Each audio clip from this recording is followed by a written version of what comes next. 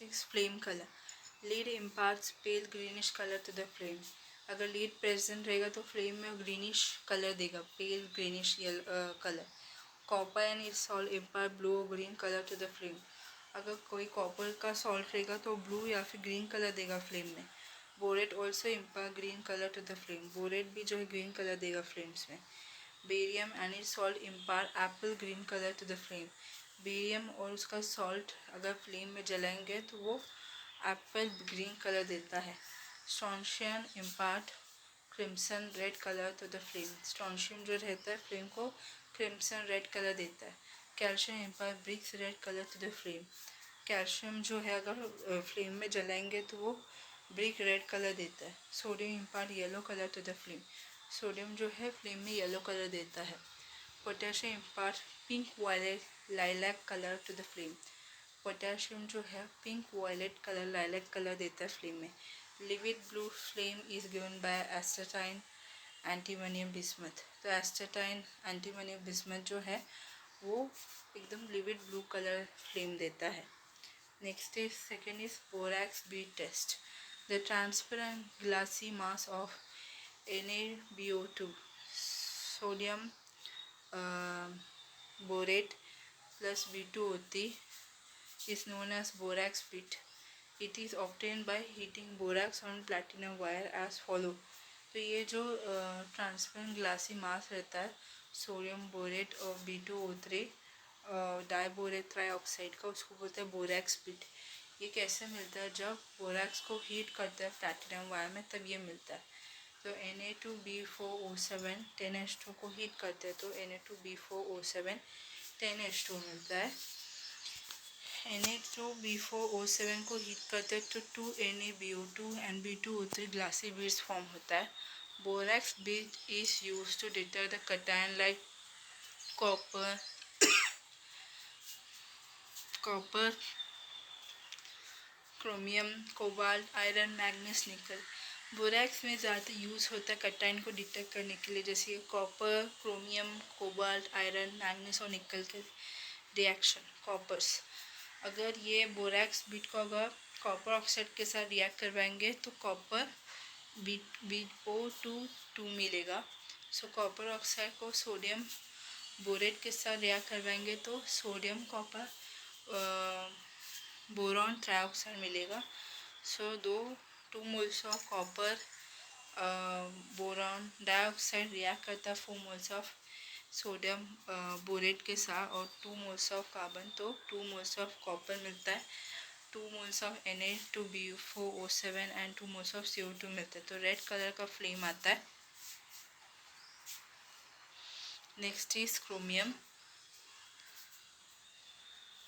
Cr2O2SO4 react होता है 3 moles of B2O3 में, तो 2 moles of chromium B2O3 3 moles of sulphur dioxide मिलता है। तो ये क्रोमियम बोरेट जो है ग्रीन कलर देखता है ऑक्सीडाइजिंग फ्लेम में। कोबाल्ट जो है उसको उसका टेस्ट कैसे होता है? 2 moles of sodium borate react होता है कोबाल्ट कार्बोनेट के साथ, तो क्या प्रोडक्ट मिलता है? Cobalt borate blue colour flames आता है, 3 मोल्स ऑफ NaCl फॉर्म होता है। आयरन तो FeCl तो मतलब फेरिक ट्राईक्लोराइड को अगर रिएक्ट करता है 3 मोल्स ऑफ सोडियम बोरेट के साथ तो आयरन बोरेट मिलता है और 3 NaCl फॉर्म होता है, तो येलो कलर देता है फ्लेम। मैग्नीज ऑक्साइड को अगर रिएक्ट करता है बोरेट के साथ तो MnO2 मैग्नीज मेटाबोरेट मिलता है, कलरलेस फ्लेम मिलता है। नेक्स्ट इज निकल ऑक्साइड को रिएक्ट करता है बोरेट के साथ तो निकल डाइबोरेट ब्राउन कलर फ्लेम्स देता है।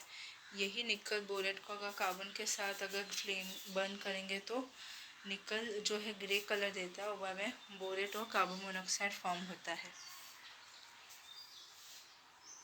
ठीक है, तो यहाँ पे remember there are different colour in oxidising flame and reducing flame. तो ऑक्सीडाइजिंग फ्लेम में रिड्यूसिंग फ्लेम में जो भी मेटल्स आयन है या बेसिक कटायन आयन है वो अलग अलग कलर दिखाता है, जैसे कि मेटल क्रोमियम, ठीक है, वो अगर एज अ प्रोडक्ट मतलब बोरैक्स बीट टेस्ट से अगर वो as a product chromium borate बनाता है, क्रोमियम मेटाबोरेट बनाता है, तो ऑक्सीडाइजिंग फ्लेम में वो ग्रीन कलर दिखाता है, और कोल्ड ऑक्सीडाइजिंग फ्लेम में ग्रीन कलर दिखाता है। हॉट रिड्यूसिंग फ्लेम में ग्रीन और कोल्ड रिड्यूसिंग फ्लेम में कोल्ड ग्रीन दिखाता है। फिर कोबाल्ट अगर बोरेक्स बी टेस्ट में यूज़ करते हैं तो वो क्या प्रोडक्ट देगा, कोबाल्ट मेटाबोरेट देगा। तो हॉट ऑक्सीडाइजिंग फ्लेम में ब्लू कलर देता है, कोल्ड ऑक्सीडाइजिंग फ्लेम में ब्लू कलर देता है, हॉट रिड्यूसिंग फ्लेम में ब्लू कलर देता है, कोल्ड रिड्यूसिंग फ्लेम में ब्लू कलर देता है। नेक्स्ट इज कॉपर जो है, उसको अगर बोरेक्स बीट टेक्स्ट करेंगे तो हमें प्रोडक्ट क्या मिलेगा, copper metaborate. So hot flame में ग्रीन कलर, कोल्ड फ्लेम में ब्लू, हॉट फ्लेम में कलरलेस, और कोल्ड रिड्यूसिंग फ्लेम में ब्राउन रेड कलर देता है। फिर आयरन को अगर ट्रीट करेंगे बोरेक्स बी टेस्ट से तो क्या हमें प्रोडक्ट मिलेगा, iron metaborate. So hot oxidising flame में ब्राउन येलो कलर देता है, और कोल्ड ऑक्सीडाइजिंग में पेल येलो कलर देता है। हॉट रिड्यूसिंग फ्लेम में बॉटल ग्रीन कलर और कोल्ड रिड्यूसिंग फ्लेम में बॉटल ग्रीन कलर देता है। नेक्स्ट इज मैंगनीज, अगर बोरेक्स बी टेस्ट में अप्लाई करेंगे मैंगनीज में तो वो क्या प्रोडक्ट देगा, मैंगनीज मेटाबोरेट। तो हॉट ऑक्सीडाइजिंग फ्लेम में violet colour, cold oxidising flame में मिथाइल्स, फिर हॉट रिड्यूसिंग फ्लेम में ग्रे कलर, और कोल्ड रिड्यूसिंग फ्लेम में भी ग्रे कलर देगा। नेक्स्ट इज निकल जो है, अगर उसको बोरेक्स बी टेस्ट अप्लाई करेंगे तो वो प्रोडक्ट क्या देगा, nickel metaborate. So hot oxidising flame में वायलेट, कोल्ड ऑक्सीडाइजिंग फ्लेम में ब्राउन, हॉट रिड्यूसिंग फ्लेम में ग्रे, और कोल्ड रिड्यूसिंग फ्लेम में grey. So third is microcosmic salts bead test. It is used to identify cation like in borax bead test. Here microcosmic salt is heated on platinum wire loop to get sodium metaphosphate as follow. So microcosmic salt bead test होता है ताकि cation को identify कर सके, जैसे कि borax beat में B test में होता है। यहाँ पे माइक्रोकॉस्मिक सॉल्ट जो है उसको हीट करते हैं प्लैटिनम वायर लूप में ताकि सोडियम मेटाफॉस्फेट फॉर्म हो सके। So sodium ammonia hydrogen phosphate को H2O क्या फॉर्म होता है, सोडियम मेटाफॉस्फेट फॉर्म होता है। तो सोडियम मेटाफॉस्फेट जो उसको हीट करेंगे तो NaPO3 ग्लासी मास फॉर्म होता है, अमोनिया और H2O फॉर्म होता है। अभी now NaPO3 react with metallic oxide to give colour orthophosphate. तो अभी सोडियम मेटाफॉस्फेट जो है रिएक्ट होता है मेटालिक ऑक्साइड के साथ ताकि वो कलर ऑर्थोफॉस्फेट दे सके। अगर सोडियम मेटाफॉस्फेट रिएक्ट होता है कोबाल्ट ऑक्साइड के साथ तो वो सोडियम कोबाल्ट फॉस्फेट देता है ब्लू कलर। फिर सोडियम मेटाफॉस्फेट जो है अगर Cr2O3 क्रोमियम ट्राइऑक्साइड के साथ रिएक्ट होता है तो NaPO3 Cr2O3 ग्रीन कलर देता है। सोडियम मेटाफॉस्फेट को अगर कॉपर ऑक्साइड के साथ रिएक्ट करवाते तो sodium copper phosphate blue colour देता है। ठीक है, सो यहाँ पे माइक्रोकॉस्मिक सॉल्ट बीट टेस्ट होता है। सो कॉपर को हॉट ऑक्सीडाइजिंग फ्लेम में green colour, cold oxidising flame में ब्लू कलर। अगर आयरन प्रेजेंट रहेगा तो हॉट ऑक्सीडाइजिंग फ्लेम में येलो, और कोल्ड ऑक्सीडाइजिंग फ्लेम में येलो दिखाएगा वापस। क्रोमियम जो है हॉट ऑक्सीडाइजिंग फ्लेम में ग्रीन कलर दिखाता है और कोल्ड ऑक्सीडाइजिंग फ्लेम में ग्रीन। मैंगनीज जो है हॉट ऑक्सीडाइजिंग फ्लेम में वायलेट दिखाता है, कोल्ड ऑक्सीडाइजिंग फ्लेम में वायलेट दिखाता है। कार्बन मोनोऑक्साइड जो है हॉट ऑक्सीडाइजिंग फ्लेम में blue colour, cold oxidising flame में ब्लू कलर दिखाता है। निकल जो है हॉट ऑक्सीडाइजिंग फ्लेम में ब्राउन और कोल्ड ऑक्सीडाइजिंग फ्लेम में ब्राउन दिखाता है। So charcoal cavity test. Here the mixture is heated with fusion mixture Sodium carbonate react with potassium carbonate and charcoal cavity in reducing flame of the Bunsen burner. Now the color of the flame or residue suggests the possible cation. अभी इस mixture को fusion mixture जैसे कि sodium carbonate और potassium bicarbonate charcoal cavity में रखते हैं, उसको रिड्यूसिंग फ्लेम में मतलब लूमिनस फ्लेम में मतलब बर्नर का लोअर पार्ट में बर्न करते हैं। सो फ्लेम का जो कलर जो है या फिर रेसिड्यू का जो कलर जो है वो दिखाएगा कि कटायन कौन सा है। For example if the residue और incrustation is yellow in hot and white in cold, it is zinc 2+. For example अगर रेसिड्यू जो है हॉट रिड्यूसिंग फ्लेम में येलो कलर दिखाता है और कोल्ड रिड्यूसिंग फ्लेम में वाइट कलर दिखाता है, सो जिंक 2+ आयन प्रेजेंट है। अगर रेसिड्यू जो है या फिर इनक्रुस्टेशन जो है हॉट रिड्यूसिंग फ्लेम में ब्राउन कलर दिखाता है, कोल्ड में भी ब्राउन कलर दिखाता है, कैडमियम 2+ प्रेजेंट है। अगर if the residue or incrustation is brown in hot and yellow in cold, it is Pb2+. अगर रेसिड्यू या फिर इंक्रस्टेशन हॉट रिड्यूसिंग फ्लेम में ब्राउन और कोल्ड रिड्यूसिंग फ्लेम में येलो कलर दिखाता तो Pb2 लेड 2+ आयन प्रेजेंट है। तो चारकोल कैविटी टेस्ट में क्या क्या होता है। सो इंक्रस्टेशन और रेसिड्यू अगर हमने ऑब्जर्व किया कैविटी टेस्ट के बाद कि hot brown when hot and brown when cold, अगर हॉट रिड्यूसिंग फ्लेम में ब्राउन कलर दिखाता है और कोल्ड रिड्यूसिंग फ्लेम में ब्राउन कलर दिखाता है तो इसमें कटायन जो इंडिकेट होगा Cd2+, मेटालिक बीट्स नहीं है। Brown when hot and yellow when cold, hot में ब्राउन कलर दिखाता है, कोल्ड रिड्यूसिंग फ्लेम में येलो कलर दिखाता है, सो मेटालिक बॉन्ड क्या रहेगा, grey beads which mark papers, cut Pb2+ presents, so grey beads colour form हो जाएगा, जिसका मतलब ये है कि इसमें लीड 2+ आयन प्रेजेंट है। कैरेक्टरिस्टिक्स रेसिड्यू रेड बीट्स और स्केल, अगर रेड बीट्स दिखाएगा तो कॉपर 2+ आयन प्रेजेंट है। अगर इंक्रस्टेशन और रेसिड्यू अगर कोई भी कैरेक्टरिस्टिक रेसिड्यू नहीं है लेकिन मेटालिक बीट्स वाइट शाइनिंग है, कैविटी में अगर वाइट शाइनिंग है तो उसमें Ag+ silver plus ion present है। ठीक है। White residue which gloss on heating, मतलब वो कैविटी में वाइट रेसिड्यू और ग्लो करता है जब हीट करेंगे, तो कोई भी मेटालिक बीट्स नहीं है तो उसमें कटायन जो है वो रहेगा barium 2+, calcium 2+ and Mg2+। Yellow when hot, white when cold, अगर रेसिड्यू जो है येलो कलर दिखाता है हॉट फ्लेम में और वाइट कलर दिखाता है कोल्ड फ्लेम में, तो उसमें मेटालिक बीट्स नहीं है तो वो Zn2+ आयन प्रेजेंट है। Next is cobalt nitrate test. इसमें क्या होता है, here a drop of cobalt nitrate solution is added in the white residue left in the charcoal cavity. It is heated in a oxidizing flame and color of residue suggests cation. तो यहाँ पे cobalt nitrate solution का drop को add करेंगे white residue में जो charcoal cavity में छूट गया है, उसको हीट करेंगे ऑक्सीडाइजिंग फ्लेम में और ये रेसिड्यू का कलर सजेस्ट करेगा कौन सा कटायन प्रेजेंट है। सो कोबाल्ट नाइट्रेट टेस्ट में क्या होता है, एक्सपेरिमेंट क्या होता है, add a drop of cobalt nitrate solution to a white residue in the charcoal cavity and heat it in an oxidizing flame. So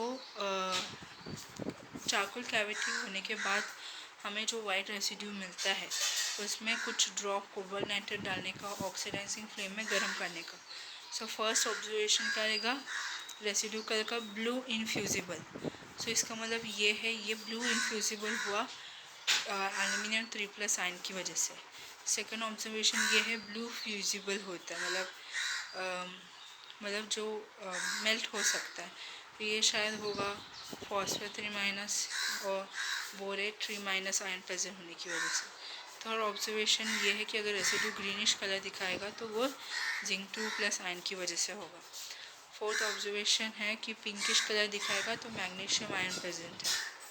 fifth observation अगर black residue है तो उसमें बहुत सारे मेटल आयन एब्सेंट है, जैसे कि जिंक प्लस, जैसे कि aluminium 3+, zinc tin 2+, zinc 2+, Mg2+, ये सब एब्सेंट है।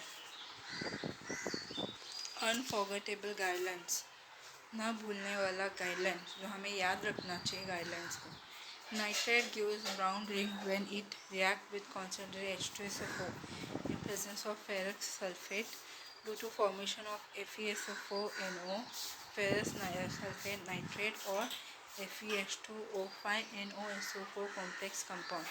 नाइट्रेट जो है अगर प्रेजेंट है तो ब्राउन रिंग दिखाएगा जब वो रिएक्ट करेगा H2SO4 के साथ FeSO4 के प्रेजेंस में. अब ये ब्राउन रिंग क्यों फॉर्म होता है?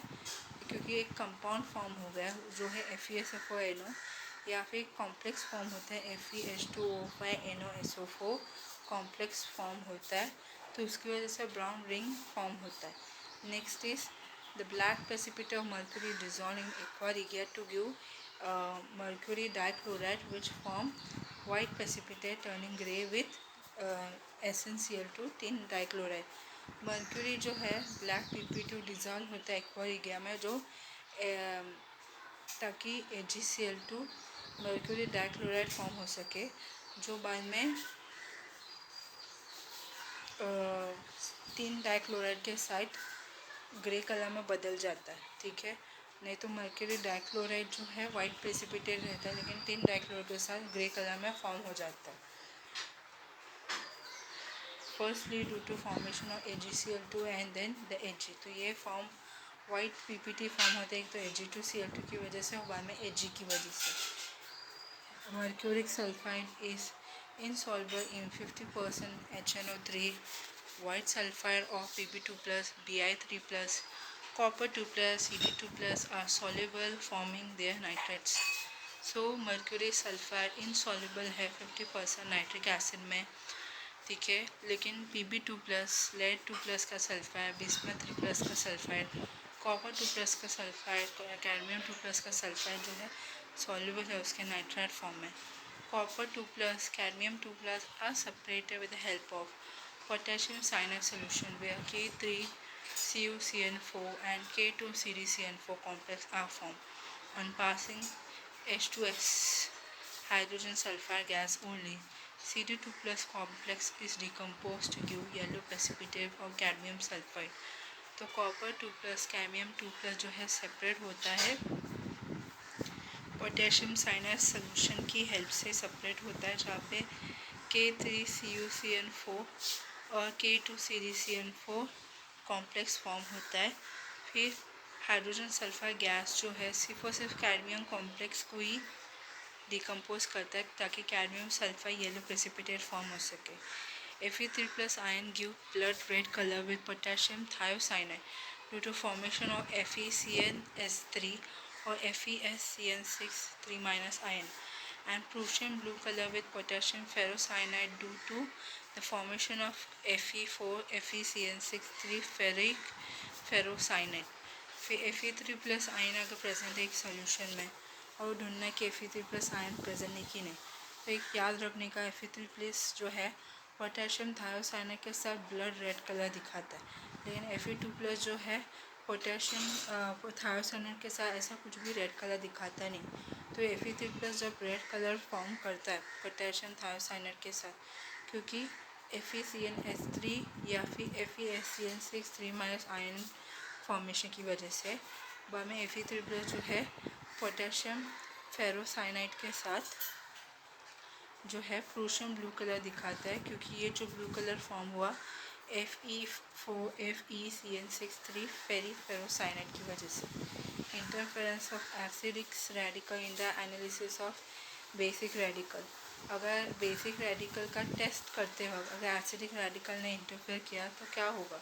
सम radicals like C2O4 oxalate F- fluoride BOO3- borate and PO3- phosphate interfere in the systematic analysis of basic radical after group 2.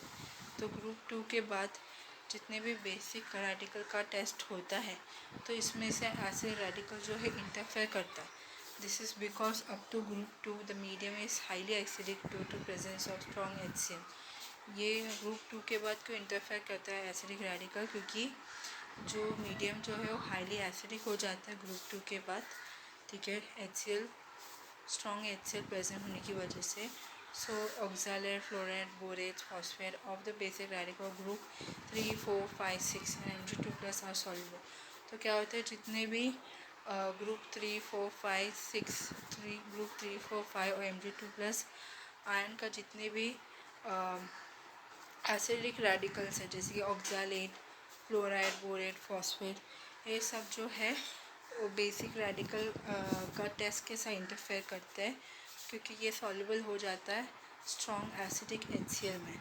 However in group 3 the solution is made alkaline by adding NaOH, the oxalate, fluoride, borate and phosphate of the basic radical of 3, 4th, 5th and Mg2+ form precipitate in the alkaline medium।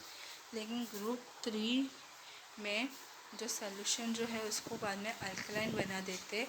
कैसे alkaline बना देते, क्योंकि उसमें ammonium hydroxide add करते। तो जो भी acidic radical है, ऑक्सैलेट, फ्लोराइड, बोरेट, फॉस्फेट, कुछ भी होने दो, ग्रुप 3, 4, 5 और Mg2+ का बेसिक रेडिकल के साथ वो प्रेसिपिटेट फॉर्म हो जाता है अल्कलाइन मीडियम में। इसलिए हम ग्रुप 3 के बाद जितने पे देखेंगे तो हमेशा उसमें अमोनियम हाइड्रोक्साइड ऐड करते ही, क्योंकि ताकि एसिडिक रेडिकल इंटरफेयर ना करे, ठीक है, और वो PPT फॉर्म करता है अल्कलाइन मीडियम में। Hence interfering radical cause precipitation of the cation of group 4th, 5th and magnesium in group 3 instead in their own group. So ये जो एसिडिक रेडिकल्स ये जो एसिडिक रेडिकल जो इंटरफेयर कर रहा है, ठीक है, वो जो है 4th, 5th और मैग्नीशियम 2 ग्रुप का कटायन के साथ प्रेसिपिटेट फॉर्म करता है। ग्रुप 3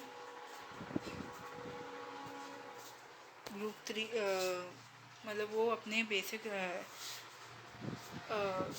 आयन के साथ प्रेसिपिटेट फॉर्म करता है, ठीक है, उनके अपने ग्रुप में।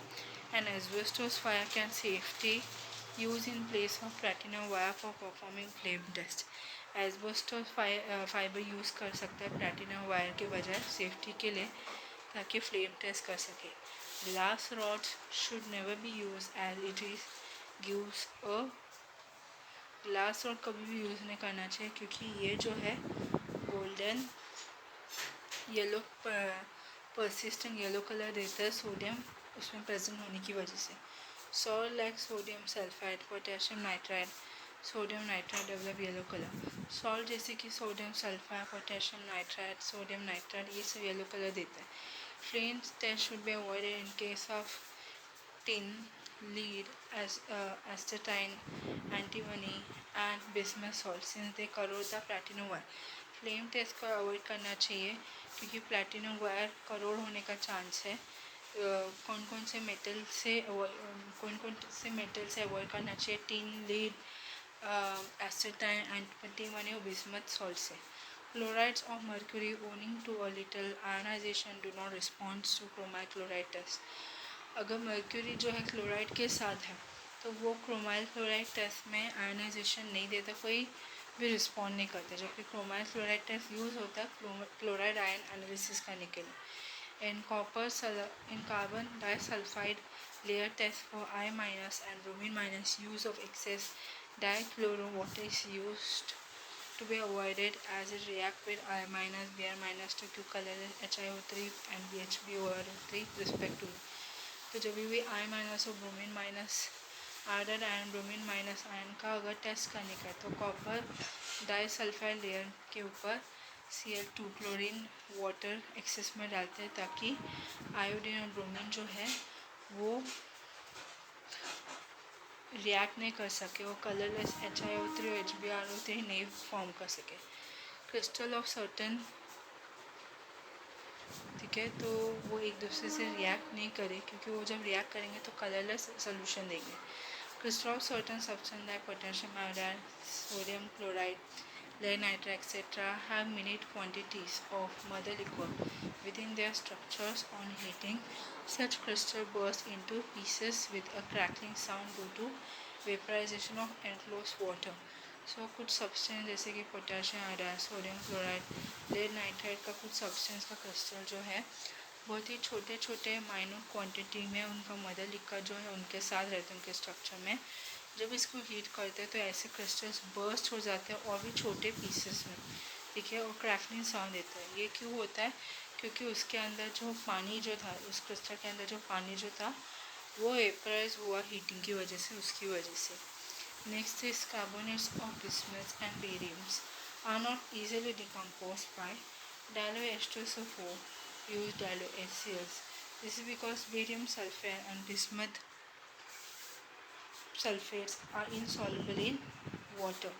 सो बिस्मथ और बेरियम का कार्बोनेट जो है वो डिकम्पोज नहीं होता है Dalo-H2SO4 के साथ, लेकिन Dalo-HCl यूज़ करते हैं तो डिकम्पोज हो जाता है। क्यों?